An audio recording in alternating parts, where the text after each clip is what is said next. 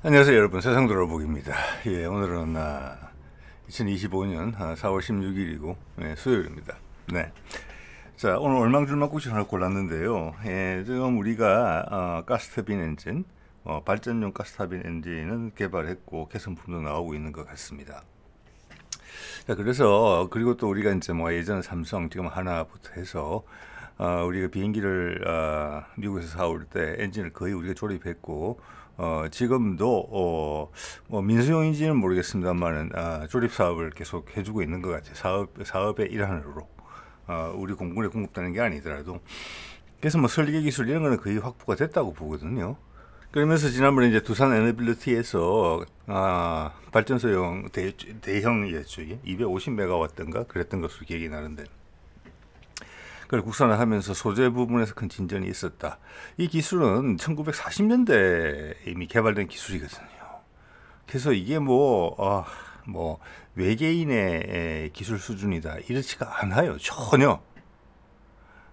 지금 같은 경우에 제가 이제 쭉 살펴보는데 뭐 오토바이 엔진이나 자동차 엔진 이런 거와 크게 차이가 없어요, 사실은. 네, 단지 우리가 수요처가 없었기 때문에 개발하지 않았을 따름이에요. 자, 뭐 그런 정도 말씀을 드리는데 우리 지금 개발 중이죠. 그런데 제가 이제 스스로 궁금한 거죠. 왜 헬기용 가스터빈 엔진에는 왜 그 공기를 압축해서 폭발시키는 거잖아요. 자동차도 그렇고 다 뭐 모든 엔진이 다 그렇죠.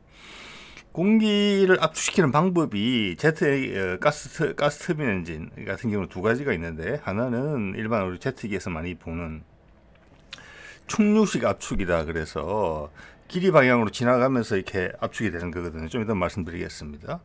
그게 일반적이고, 근데 헬기용 엔진은 보면은 항상 원심 분리 방식을 쓴다. 안에 바람개비가 큰 게 들어있다. 왜 그럴까? 어렴풋이 짐작을 했지만 이 부분을 좀 더 찾아보게 됐습니다. 자, 그 과정에서 제가 알게 된 뭐 사소한 것들 이런 거 좀 말씀을 드리면 좋겠어요. 되게 개인적인 의견이에요. 그렇지만 지금 우리가 이것을 국산화 시킨다고 하는 마당에 우리가 너무 많이 모른다, 이 부분에 있어서. 그래서 뭐 전문 엔지니어가 보시면은 좀 우스운 소리일 수도 있겠는데, 보통 민간인들의 시각에서 상식적으로 우리의 이해도를 충분히 올려놓을 필요가 있는 부분이다. 우리의 성과가 뭐며 도전의 크기가 어느 정도 되는지를 이해할 수 있게 되거든요. 기본 틀은 벌써 이게 1940년이니까 벌써 이게 80년이 된 기술이에요, 여러분. 자, 볼게요. 자, 오늘 이제 이야기를 전개하는 데서 하나 전제가 필요해요. 이 그림 얼마 전에 한번 보여드린 건데, 이게 뭐냐면은 우리가 이제 정부 자료에서 나온 거예요. 그러니까 우리가 원심 분리 방식의 터보 샤프트 엔진이라고 그러죠. 터보 샤프트 엔진, 축으로 동력을 뽑아내는 거. 뒤로 이제 화염을 통해서 작용 반작용으로 밀고 가는 게 아니라 제트기처럼 터보 샤프트는 샤프트로 동력을 뺍니다. 대부분을 다. 이거 상당히 많이 써요. 어디 대표적으로 쓰입니까? 발전용 가스터빈은 전부 다 터보 샤프트 엔진이라고 볼 수 있어요. 샤프트를 가지고 돌리죠. 여기서 나오면 만 RPM, 2만 RPM 이게 너무 빠르기 때문에 감속 기어를 통해서 발전기를 돌려요. 그것을 프로펠러 비행기에 적용하면은 터보 프로펠러, 터보 프롭이 되는 거예요. 2차 세계대전에 쓰는 프로펠러는 왕복 엔진, 즉 실린더가 들어있는 피스톤 엔진이었는데 요즘은 터보 프롭이죠. 자, 터보 프롭도 마찬가지예요. 이게 너무 빠르니까 그것은 이제 프로펠러 같은 경우는 한 2000에서 3000 RPM 정도 도는 것 같아요. 대부분 빠르죠. 그렇지만 이거는 지금 10,000 RPM이 넘어간단 말이에요. 1000에서 20,000 RPM. 감속 기어를 가운데 넣습니다. 그것도 터보 샤프트고. 헬기 같은 경우는 로터가 방향을 바꿔서 수직에서 돌죠, 이렇게. 그런데 로터는 분당 회전수가 뭐 100, 200 그 정도밖에 안 돼요. 근데 이거는 10,000에서 20,000 RPM으로 도는데 여기서 나오는 축은, 그래서 그 감속 기어가 어려운 기술이 되는 겁니다. 거기서 풍력 발전은 거꾸로죠. 토크는 높고 그 거대한 풍력 발전기는 천천히 돌아요.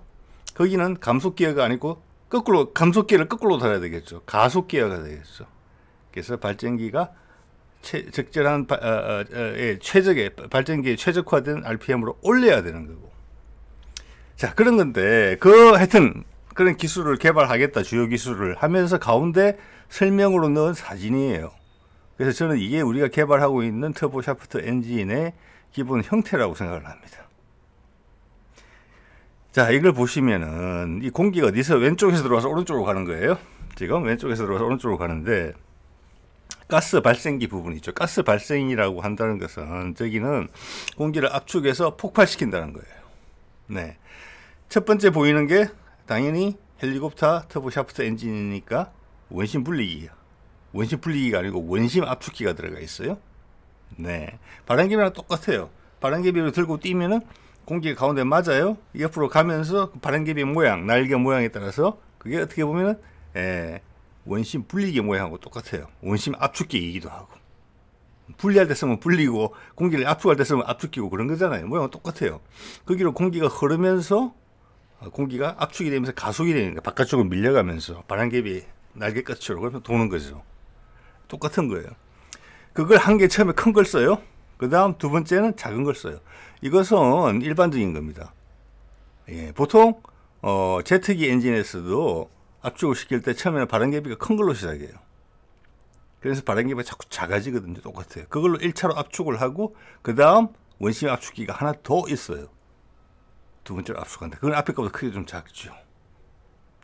자, 저기서 이제 두 번째 압축을 거친 다음에 가운데 이제 그 첫 번째 압축된 공기를 약간 식히는 단계가 있다고 그래요. 그래서 우리도 자동차에 보면은 터보 차들이 있는데 그 터보에 임펠러 이게 들어있는 거거든요. 임펠러가 다른 말로 하면 그냥 원심 압축기입니다.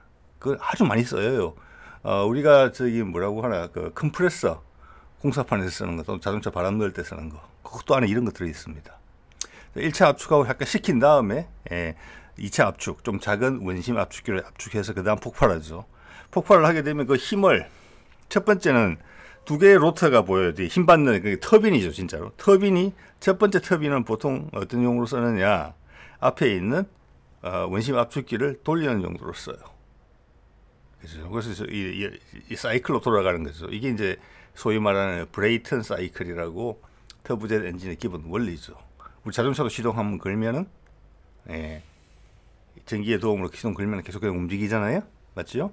크랭크 샤프트가 돌면서 뭐 압축, 팽창, 폭발, 뭐 배기 이런 걸 순서적으로 하는 거잖아요. 이것도 마찬가지예요. 이걸 브레이턴 사이클이라고 부르는데 첫 번째 뒤에 터빈은 원심 분리기를 돌리고 두 번째 거는 아마 이 엔진의 주 목적인 로터를 돌릴 수 있는 힘을 받는 파워 터빈이다. 그렇게 해석이 되는 거죠. 요걸 이제 전제로 하고 말씀을 드릴게요. 요게 우리가 개발 방향이다. 왜냐 틀릴 수 있기 때문에 드리는 말씀이에요. 네. 그리고 이렇게 찾아보면은 원심 압축기를 두 개 쓰는 형태는 있다. 근데 제가 그림으로 보지는 못했습니다. 예. 당연히 효율이 좋겠죠. 한 개 있는 것보다. 예. 원심 압축기가 여러 장점이 있습니다. 가볍고 싸고 고장이 잘 안 나고 고치기도 좋다. 그런데 하나의 약점은 뭐냐? 압축력이 좀 부족하다. 예. 그래서 두 개를 붙였다. 그건 충분히 이해가 돼요. 자, 한번 보겠습니다. 말이 좀 길어졌네요. 자, 이게 이제 소형 원심 압축기라고 보시면 될 것 같아요. 거의 다 이런 형태로 돼 있어요.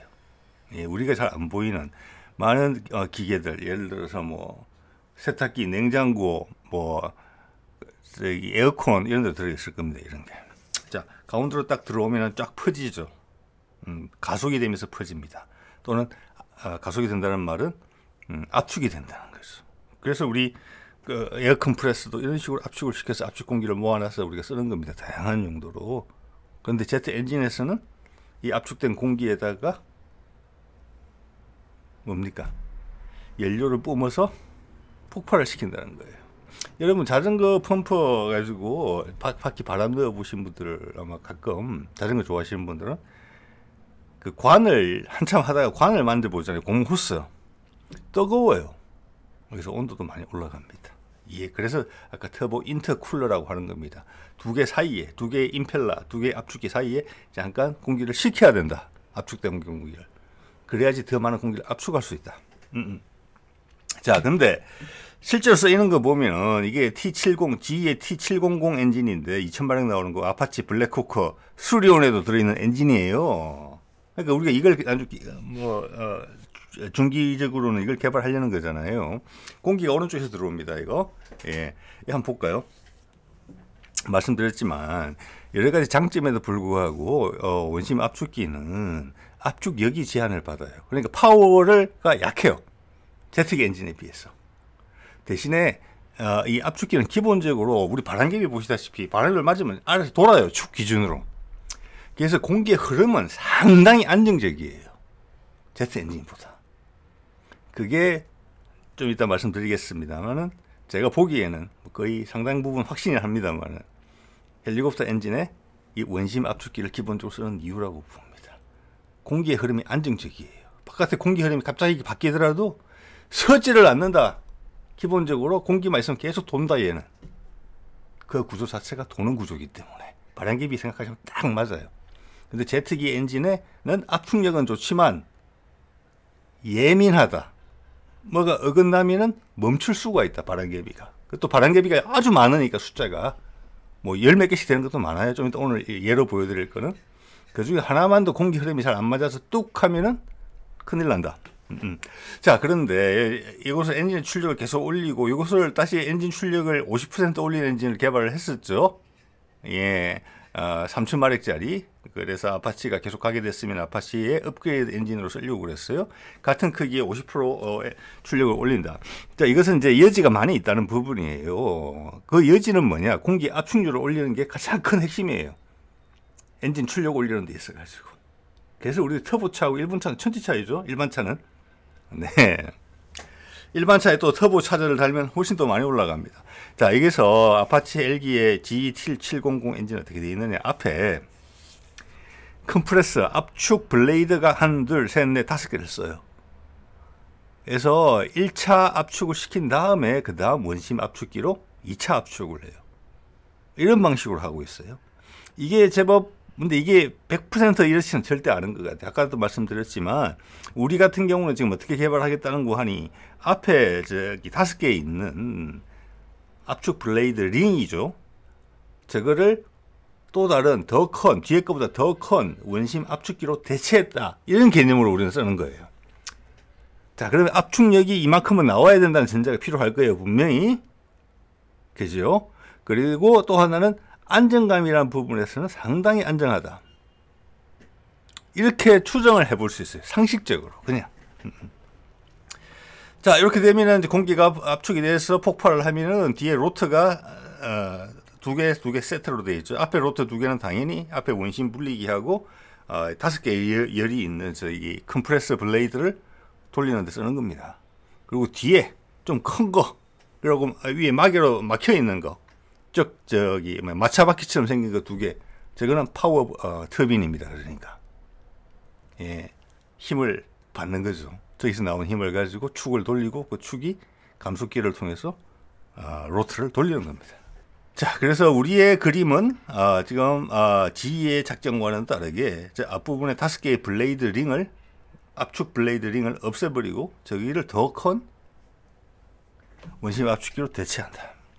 거기에 장단점이 무엇인가를 많이 고민했을 것이다. 그것을 일단 어느 정도 유추는 해볼 수 있다. 예, 우리는 아예 완전히 헬리콥터 엔진으로 간다. 이렇게 하고 만들었다. 이렇게 볼 수도 있는 것 같아요. 그러면 일단 길이는 더 짧아지는 것은 분명하다고 봅니다. 자, 원심 압축기의 장점 중에 하나가 길이가 짧다는 부분이 있거든요. 예, 그래서 같은 성능이라면은 소형화에 유리하다. 이렇게 볼 수 있다고 저는 봅니다. 이것도 충분히 우리 목적 중에 하나였을 거라고 생각해요. 예. 자, 그리고 이것은 터보 프롭인데 이거는 이제 프레드 윗드니 거예요. 이것도 공기가 지금 오른쪽에서 들어와서 왼쪽으로 가는 겁니다. 이것도 앞에 보시면은 좀 전에 T700 엔진이랑 비슷하죠. 거기는 앞에 압축하는 블레이드가 5개. 근데 이거는 4개를 쓰고 있어요. 4개를 1차 압축을 한 다음에 원심 압축기가 압축을 공기를 추가로 압축한다. 뒤에 꽝 터지면은 뒤에 이제 뭐라고 할까? 터빈이 2세트가 받는다. 기본적으로 같은 거예요. 그 다음 축이 바로 빠져나왔죠. 파워 터빈은 뒤에 있는 것 같습니다. 자, 자, 그리고 그 제가 노란 사각형 안에 표시해 둔 것이 감속 기어입니다. 그리고 왼쪽에는 지금 여기서는 사라지고 안 보이는데 프로펠러가 붙어 있게 됩니다. 그래서 터보 프롭이 되는 겁니다. 아까도 말씀드렸지만 헬기에서는 저 부분이 훨씬 더 중요해진다. 값도 고가가 된다. 감속 기어가. 왜냐하면 속도 차가 너무 큰데 그걸 속도를 줄이면서 토크로 전환시켜야 되는 부분이니까. 그래서 저 부분에 있어서 우리가 수리온에 지금 변속기 부조화 문제가 있어서 최대 출력을 못 썼다. 예. 그래서 70%, 60에서 70%밖에 못 쓴 것 같아요. 그래서 같은 엔진을 쓰는 UH-60 블랙호크는 대형 헬기, 수리온은 중형 헬기가 됐었는데 최근에 그런 말씀 드렸죠. 수리온 기반 소방 헬기가 담수량이 1.5배 늘었다. 즉 변속기 국내 개발하고 있는 소식은 계속 전해드렸었기 때문에, 그리고 계획이 그 프로젝트가 계획대로 됐으면 이미 완성이 됐었어야 되기 때문에 그것이 완성이 됐구나, 잘, 이렇게 제가 표현을 드린 바가 있습니다. 예. 자, 이렇게 되면은 이제 터보 샤프트 엔진에 대해서 기본적으로는 여러분이 확인을 하실 수 있어요. 야, 이게 이렇게 돌아가는구나. 그래서 이게 터보 제트 엔진을 쓰는 이유는 이것을 예를 들어서 이게 출력이 고출력으로 가면 갈수록 이것을 디젤 엔진이나 그 외에 피스톤 엔진으로 이것을 대체하려면은 덩치나 무게가 엄청나게 커지게 되는 겁니다. 예. 그래서 고속 항공기 엔진은 전부 다 터보 제트 엔진이다. 그게 샤프트든 터보 제트든지 간에. 자, 이 터보 프로 보셨죠? 예, 예. 자, 여기도 여러분 느끼시겠지만 바람개비가 4개지만 저 차지하고 있는 길이가 상당히 됩니다. 저것을 만약 하나의 우리식으로 하면 조금 더 뒤에 거보다는 조금 더 큰 원심 압축기로 대체가 된다면은 길이가 몇십 센치 짧아질 거예요. 네.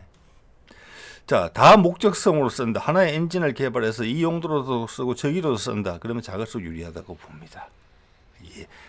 왜냐, 특히 작아질수록 드론이나 무인기 같은 데서는 공간적 제약이 발생할 수 있거든요. 예. 그런 거는 일단은 분명한 것 같아요.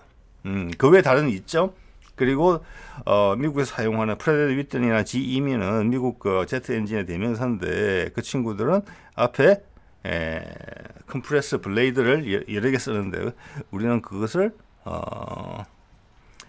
원심 압축기로 대체했다. 그게 장단점. 네, 다음에 또 기회가 된다면 정보를 찾게 되면 그 부분도 공유드리도록 하겠습니다. 예. 자, 이거 한번 보겠습니다. 이게 아마 제가 오늘 요 동영상을 하게 된 이유인 것 같아요. 여태까지 이제 엔진의 작동 방식 등에 대해서 다이어그램으로 되어 있는 거, 교육 자료라고 해야 되겠죠? 그런 걸로 말씀을 드렸지만, 근데 제가 보다 보니까 이렇게 실물을 이용해서 잘 여러분한테 전달드릴 수 있는 그런 내용이 있길래 이게 계기가 됐습니다. 그림에서 보시는 거는 GE의 J79 엔진입니다. 예, 이것이 다른 이름으로 2가지 회사 정도에서 나왔던 것 같은데 F4 팬텀 엔진이 여러분들 아시죠? 그러면. 자, 팬텀기는 뭐라고 할까, 베트남 전쟁 때도 쓰였습니다. 그러니까 이 엔진은 한 1950년대 말이나 60년대 때 개발된 엔진이라고 보셔야 돼요. 제가 오른쪽에 지금 스펙을 흰 글씨로 적어 놓은 것은 F414 엔진, 즉 우리 KF21에 들어가는 엔진하고 비교를 한 것입니다. 그거는 90년대 초에 개발된 엔진이에요. 그래서 한 20-30년 차이가 나는 엔진입니다. 이게. 그러면 성능이 어느 정도 개선되어 왔는지 그 지표를 이제 보고 이렇구나 라는 것을 우리가 이해할 수 있으면 아주 좋을 것 같아요. 특히 이분에 관심 있으신 분들은. 볼게요. 무게가 1.7톤이에요. 그때. 근데 출력은 11,000파운드예요. 이것은 이제 F-는 안 켰을 때 기본 출력이에요. 그런데 F414 엔진, KF21로 오면은 무게가 1.1톤이에요. 그러니까 이게 훨씬 적은 엔진입니다. 크기가 많이 작아요. F414 엔진이. 출력은 같은 조건에서 15,000파운드예요. 이게 30년 실력차가 나는 겁니다. 기술의 실력이. 예, 무게는 엔진은 작아지면서 출력은 약 50% 좋아진 거예요. 네. 자, 그의 핵심은 뭐냐? 압축비다. 공기를 압축하는 비율. 바람개비 저기 압축하는 블레이드도 그 로트가 지금 이 엔진이 F414 엔진보다 훨씬 많아요. 예, 그런데도 출력은 떨어진다. 그 출력이 떨어지는 가장 큰 이유는 뭐냐? 압축비에 있다. 이 팬텀 엔진은 압축비가 13.5 대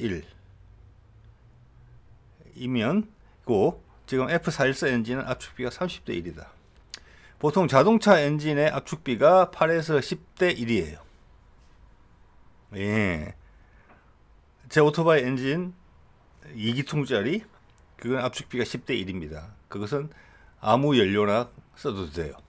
노킹이 안 일어나요. 압축비가 낮기 때문에. 예, 그리고 보통 오토바이 엔진 그 정도고, 좀 이렇게 빨리 달리는 오토바이는 제가 가진 다른 오토바이 12.5 대 1이에요. 제가 스펙 봤습니다. 12.5 대 1이면 고급유를 사용하세요. 이렇게 돼 있어요. 압축이 더 많이 된다는 뜻이에요. 12.5 대 1. 피스톤이 훨씬 더 밀어붙인다는 거예요. 점화되기 전에. 그러면은 온도가 당연히 올라가요. 압력이 올라가니까 아까 제가 자전거 바람 넣는 거 말씀드렸죠. 고무관이 뜨끈뜨끈해지잖아요. 그 정도 압력으로 여러 번, 한 10번 정도 하면은 그렇기 때문에 점화 플러그가 개입하지 않더라도 자연 점화가 될 수 있다. 그러면은 엔진이 부조화가 되죠. 노킹 현상이, 그게 노킹이 되는 거예요. 그래서 고급 휘발유를 써야 된다. 고급 휘발유는 뭐냐? 안에 첨가제를 넣습니다. 그래서 자연 발화점을 높여 놓은 거예요. 큰 차이 없어요. 기름 자체가 좋다 이런 거 아닙니다.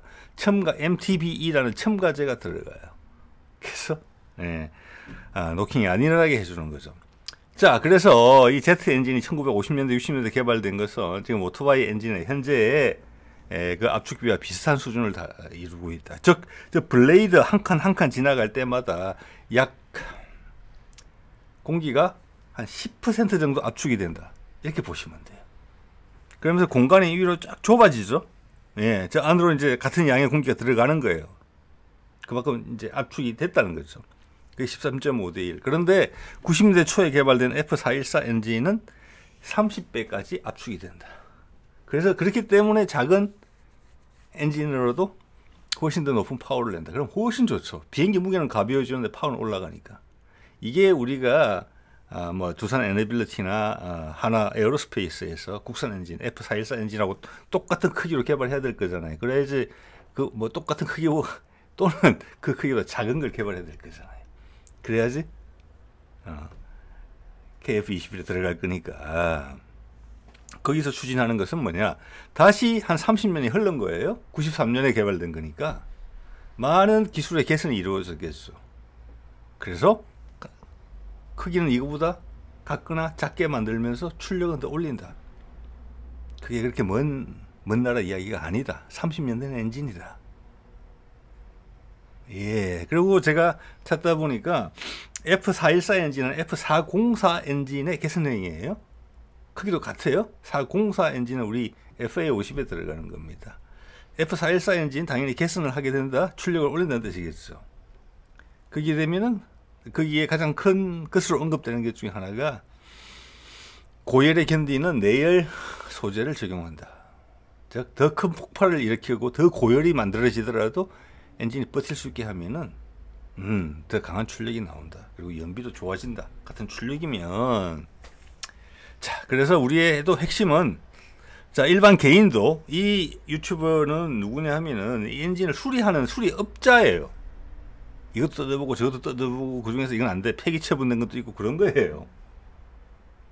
그래서 제가 드리고자 하는 말씀은 이게 엄청나게 고도의 기술이다.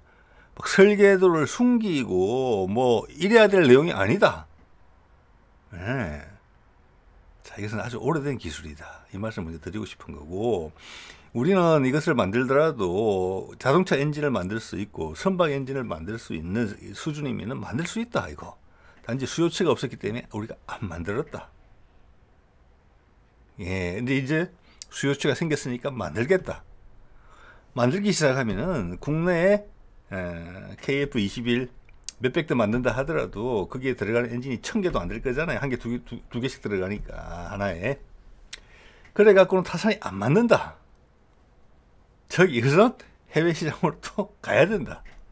예. 그리고 이걸 하나 하면은 민수용 엔진, 아까 쭉 보셨지만 우리가 터보 프롭은 우리 무인 항공기용으로 필요해요.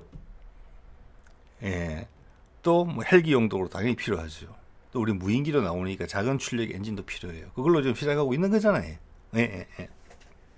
엔진에 이것도 유용한 것 같습니다. 여기 보니까 엔진이 이제 보통 일반 제트 엔진이 좀 전에 그 팬텀기 엔진 같은 경우에 마지막까지 계속 압축이 되죠. 아까처럼 뭐 여기서는 13.5배 정도 압축됐고 F414 엔진 같은 경우는 30배까지 압축이 됐고 지금 여기는 아무래도 터보 팬 엔진인 것 같아요. 여객기용이나 수송기용으로서는 그 중간쯤 되겠죠. 공기 온도만 이미 450도가 돼요. 제가 이게 온도를 보고 첫 번째 드는 생각은 그거였습니다. 주위에 환경이 이 정도 되니까 이것은 휘발유를 연료로 쓸 수는 없겠다. 자연 발화가 될 가능성이 상당히 높겠다. 디젤 엔진도 안 되고 디젤유도 아니겠구나. 그래서 지금 사실 항공유로 쓰는 게 등유거든요. 등유. 예, 등유는 불 잘 안 붙잖아요. 네, 그 등유가 골라진 이유도 휘발유 엔진이나 디젤 엔진에 비해서 연소실의 온도 자체가 워낙 높기 때문에 그렇다. 예, 이렇게 짐작이 되죠. 여기 보면은 이 엔진이 지금 이제 CFM56이라는 엔진인데 연소실에서 온도가 제일 높은 곳이 1700도예요. 근데 연소실이 길이가 좀 되거든요. 어떨 때는 한 요만큼, 어떨 때는 이만큼 정도. 여기 연소가 처음에 발생한 시점하고 달려가서 좀 거리가 멀어지면 온도가 확 떨어져요. 뭐 그래도 1000도는 넘겠죠. 여기에 뭐가 맞습니까? 터빈이 맞아요. 터빈도 똑같은 블레이드인데 왜 터빈이라고 하느냐? 힘을 쓰니까 그래요. 물레방아니까. 그 터빈이 그래서 요 연소실하고 요 터빈 첫 번째 맞는 터빈이 가장 높은 온도에 노출이 돼요. 네. 자, 그랬고 여기 좀 전에 보여드렸던 팬텀기 엔진 같은 경우는 정보가 있어요. 제가 위키피디아에서 가져온 겁니다. 여기 보면 터빈 인렛 템퍼러처라고 되어 있죠. 제가 전에 말씀드린 그 내용입니다. 처음에 발화가 되는 시점, 이 연소통 안에서 그때 온도가 제일 높고 거리가 멀어지면 온도가 떨어질 거 아니에요. 당연히 촛불 생각하시면 돼요. 촛불 바로 위가 뜨겁고 올라가면 낮잖아요. 온도가. 그래서 터빈에 맞는 온도. 왜? 그때 터빈이 그 온도를 견뎌야 되는 기준이 되는 온도가 그 온도니까. 그래서 엔진의 내구성을 이야기할 때는 그 부분을 항상 이야기합니다. 짧게 줄여서 TIT, 터빈에 맞는 온도. 네, 터빈은 또 빨리 돌기까지 하잖아요. 힘까지 받아야 되잖아요. 그래서 연소실보다 어떻게 보면 더 가혹한 조건이라고 봐야 돼요. 엄청나게 빠른 속도로 돌 거 아니에요. 이게 막 그 10,000rpm 이상 돌아가는 거잖아요. 그래서 이것은 뭐냐? 1210K다. K는 절대 온도니까 화씨로 섭씨로 치면 930도 1000도가 안 된다는 거예요.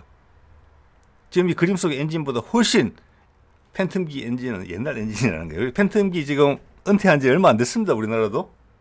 그죠? 자, 이게 핵심은 1210K. 그걸 기억하시면 될 것 같아요. 네. 자, 이것을 올리면 올릴수록 엔진의 출력이 좋아진다. 이겁니다. 예. 그래서 설계나 뭐 이런 부분도 계속 개선이 됐겠지만 핵심은 이 소재라는 부분. 그 말씀을 한번 더 드리고 싶은 거고요. 그래서 우리도 여기 보면 이런 말이 있는 거잖아요. 이게 됐다는 겁니다. 지금 결과물이 나왔다는 거예요. 예, 그래서 지금 업체에서 자신 있게 이야기하는 거예요. F414 엔진보다 더 훌륭한 엔진 만들 수 있다고.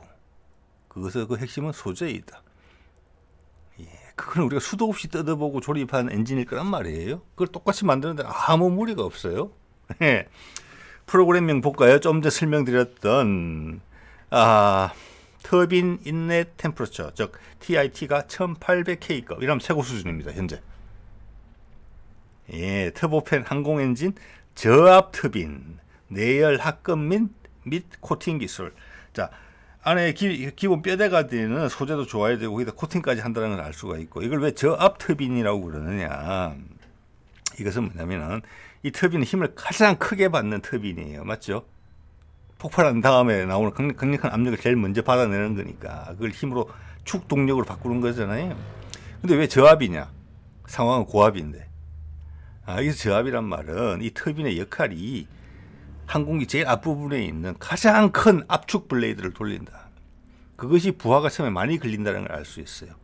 그 다음부터는 블레이드의 날이 작아지면서 추가 압축을 시키는 거니까 그 압축 과정에 있어서도 첫 번째 제일 큰 블레이드가 힘을 제일 많이 필요로 한다는 것을 알 수가 있어요. 그래서 그 평소 압에서 저압으로 1단계 올리는데 거기가 힘이 많이 든다. 그것이 저압 블레이드다. 저압 컴프레서 세트다. 그것을 돌리려면 많은 힘이 필요하다. 그래서 저압 터빈이다. 저압 컴프레서 블레이드를 돌리기 때문에 저압 터빈이라는 겁니다. 그렇기 때문에 힘이 많이 필요한 것이다. 이걸 해냈다는 겁니다. 그러면은 F414 엔진보다 훨씬 좋은 엔진 만드는 거는 이미 결판 난 거예요. 우리는 여기서 머물지 않죠. 자, 이게 옛날에 나온 걸 보면은 하나 에어로스페이스 사업장, 저희가 궁극적으로 만들고자 하는 엔진은 KF-21급 전투기를 커버하면서도 6세대 항공기 성능을 지향하는 첨단 엔진이고, 이렇게 이야기를 했어요. 자, 이것은 뭐냐면은 이 자체를 KF-21의 엔진을 우리가 국산화하면은 그 출력이 많이 올라간다는 것을 이야기를 하고 있습니다.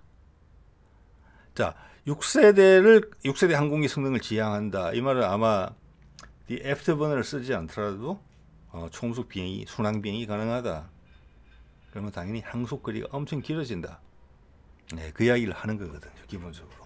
제가 얼마 전에 또 복합 엔진 말씀드린 바가 있어요. 우리가 복합 엔진을 개발한다 그러면 이 뒤에다가 램젯 엔진이 붙는 그런 형태로 가겠죠. 애프터버너 대신에. 그러면은 꼭 먹고 알 먹고예요. 기본적으로 우리가 여기서 출력을 올리면은 애프터버너 없이도 이 자체로도 초음속 순항이 돼요. 그러면은 램젯이 작동할 수 있는 조건이 바로 되는 거거든요. 뒤에 배기관을 램젯 엔진화 시키면 되는 겁니다. 그래서 공공연히 이야기를 다 하고 있어요. 다 하고. 그래서 하나 에어로스페이스 같은 경우도 왜 정부가 하기로 했는데 왜 안 하냐? 우리 기술력 다 있는데 하자라고 계속 밀어붙였던 거예요. 거의 노골적으로 제가 봤을 때는. 왜? 이것은 검은머리 외국인들이 고환자가 할 수 있는 부분이라고 보거든요. 그들 엔진 팔아먹을 수 있잖아요. 계속.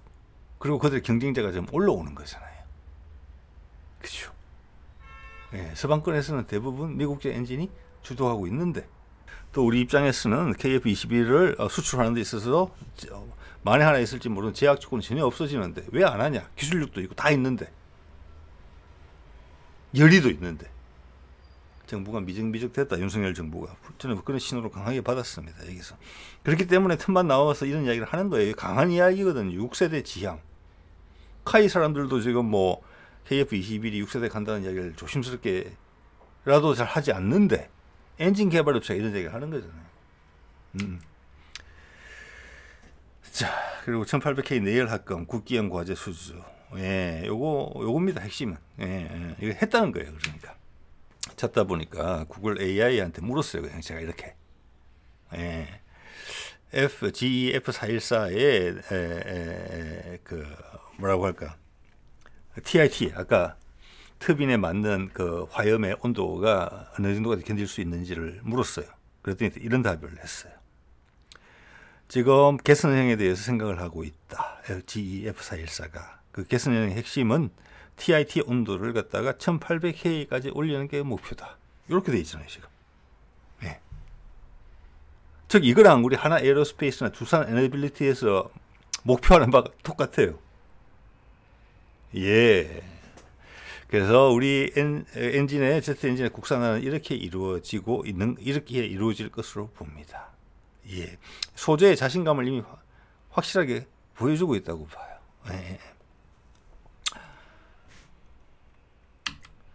자, 이거 뭐 몇 년 전에 찾아서 계속 보여드리는 자료인데 GE 코리아에서 나온 거고 1700K 내열 목표를 달성하기 위해서 그들의 터보팬 엔진에 이제 우리는 1800K 했다는 거잖아요. 지금 일본이 1800K 정도 하고 있다.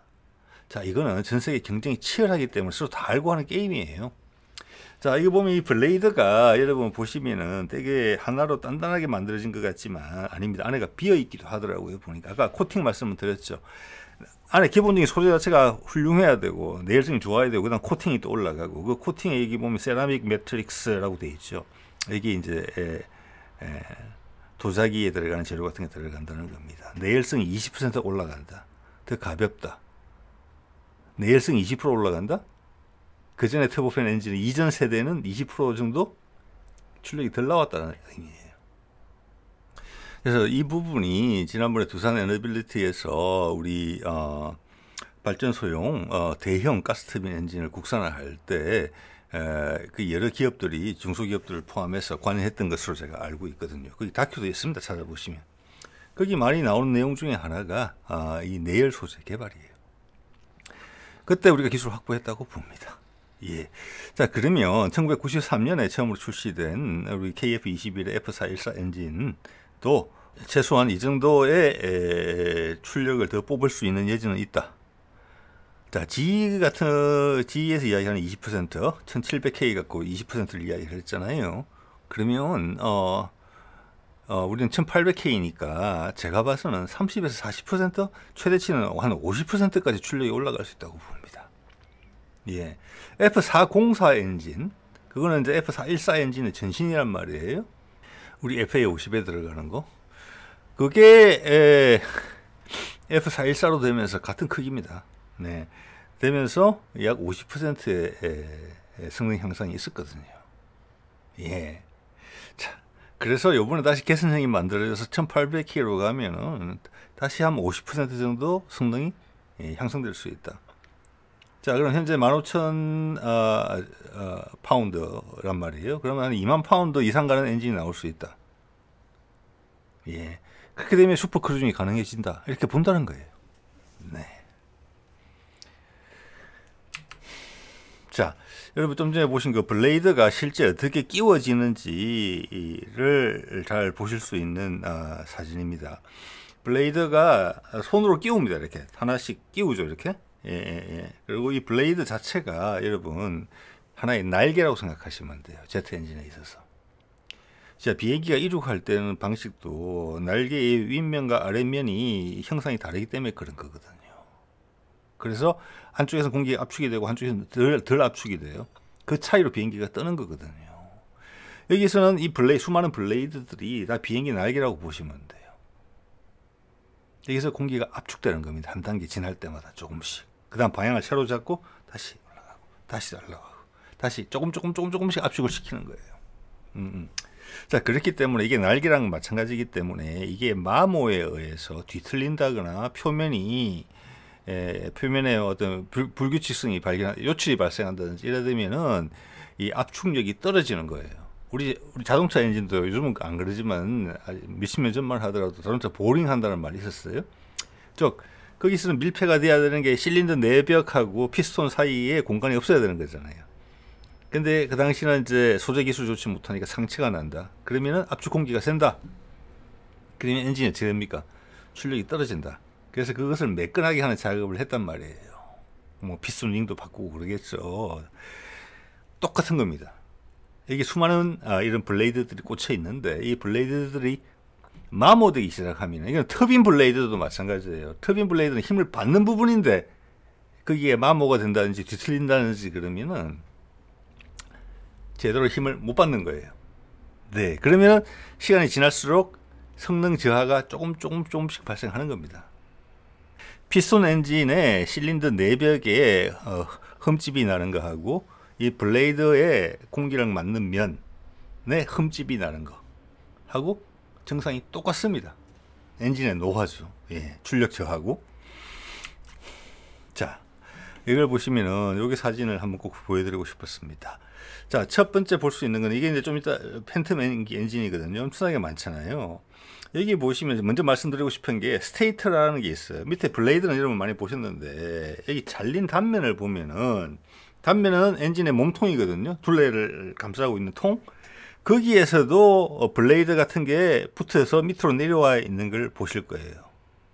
그것을 스테이트라고 하는 겁니다. 이 스테이트라는 의미는 뭐냐면은 제가 우리말로 뭐라고 썼는지 몰라서 그냥 영어로 그대로 썼습니다.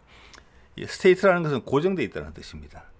얘는 안 움직이고 그냥 붙어 있는 거예요. 그럼 밑에서 블레이드는 맹맹맹맹 도는 거예요. 그러니까 이 사이가 텀이 거의 없어요.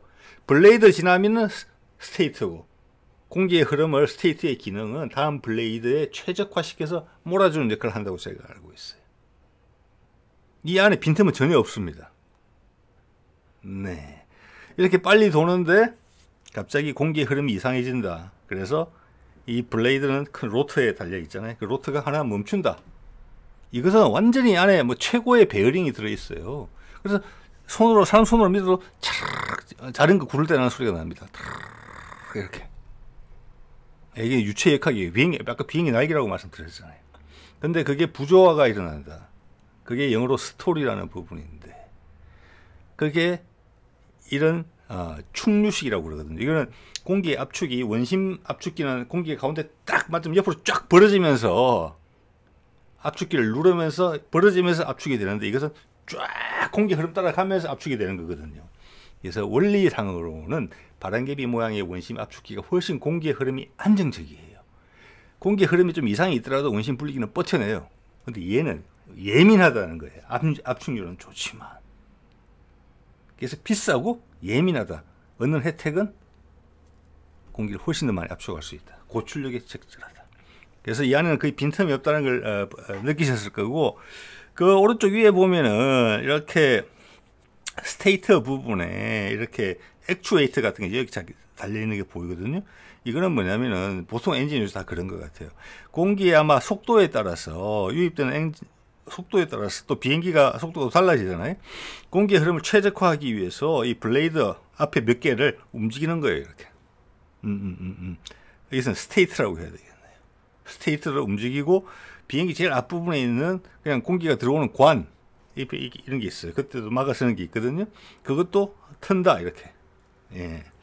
자, 그렇게 생각하시면 될 것 같고, 프로펠러도 보면은 그 피치를 요즘은 조정하는 게 많거든요. 속도에 따라서 최적의 프로펠러 형상을 만들기 위해서 프로펠러를 비틀어요. 프로펠러 비행기도.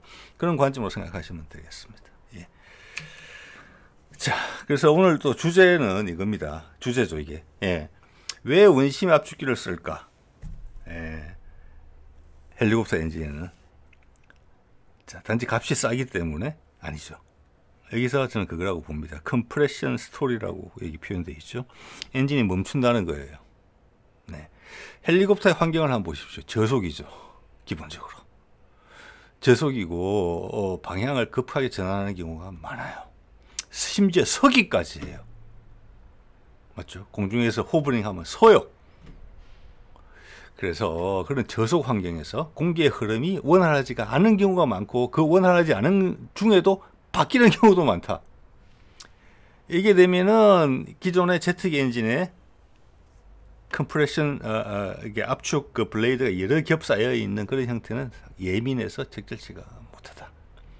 또 저고도 환경이기 때문에 들어오는 공기의 질도 좋지가 않다.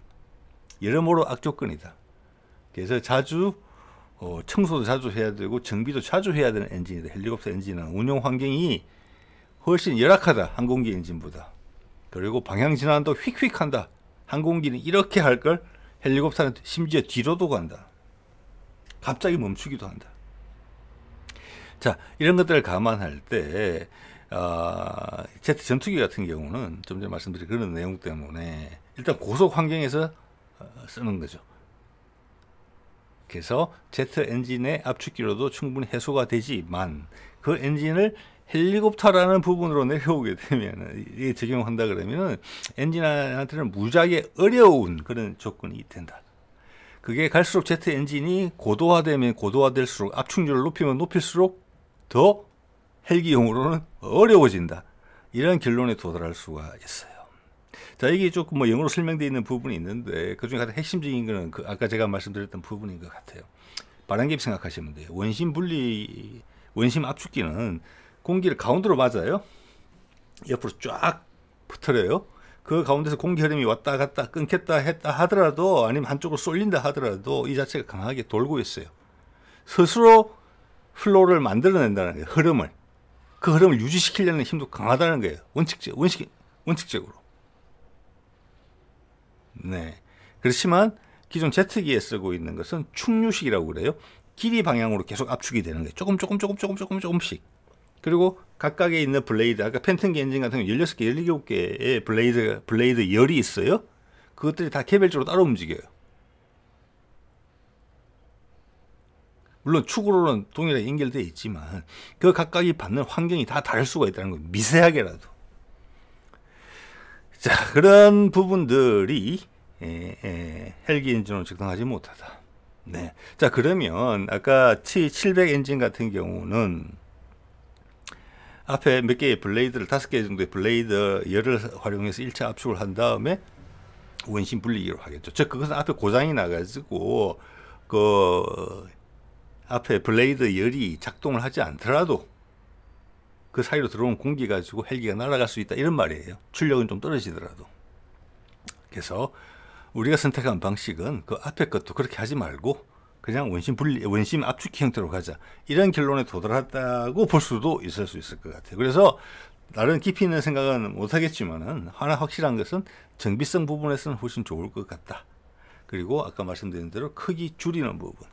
거기서 출력의 희생만 없다면 이 정도 생각을 해볼 수 있을 것 같아요. 네.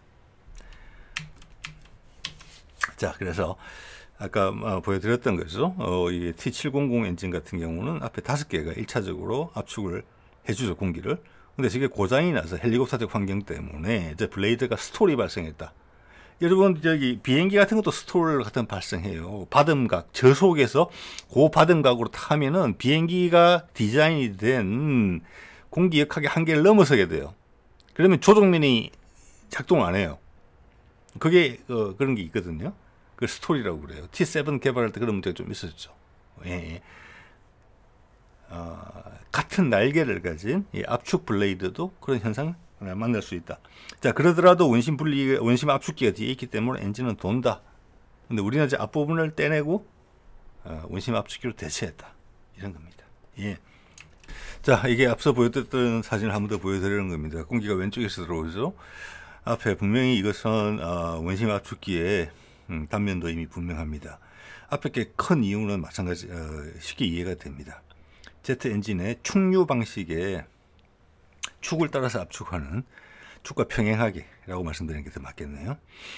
그런 데서도 보면은 초기에 아까 저압 터빈 말씀드릴 때 설명드렸던 것처럼 그때는 날개가 커요, 블레이드가. 예. 그리고 차츰차츰 날개가 블레이드가 작아지죠. 그래서 원심 압축기도 첫 번째 것이 직경이 더 큰 걸 쓴다. 그 다음 살짝 식혔다, 공기를. 그 다음 다시 두 번째 조금 작은 원심 압축기로 축으로 압축을 한다. 자, 그래서 그 정도 이게 우리의 선택이다. 이런 말씀을 드릴 수 있을 것 같고, 그 외에 우리 이제 애프터 버너, 이제 이건 뭐 어떻게 보면 하나의 좀 재밌는 관찰인데요. 여러분도 참고하시면 도움이 될 것 같아요. 비행기가 뜨고 내리는 모습을 뒤에서 보면은 엔진에 불이 보일 때가 있고 벌겋게 엔진 내부를 들여다볼 때 말입니다. 딱 요 각도에서 어떨 때는 안 보여요. 자, 위에 보면은 이게 팬텀기 엔진인 것 같습니다. 위에 보면은 노즐이 있죠. 밖에 노즐이 벌어졌다가 좁혀졌다가 벌어졌다가 좁혀졌다가 해요. 그럼 요즘은 또 여기다가 벡터링을 하니까 이 자체가 방향이 막 한쪽으로 틀기도 하죠. 방향을 바꾸는 데 활용되기도 하는데, 기본적으로 모든 제트기용 제트 엔진은 노즐을 좁혔다가 넓혔다가 할 수 있습니다. 위에는 노즐이 좁혀진 형태예요. 그때는 언제냐? 애프터버너가 작동하지 않을 때예요. 예, 그럼 안에서 이게 기본적으로 압축 공기가 팽창한 공기가 고압으로 밀려 나오면서 비행기를 밀어붙이는 거잖아요.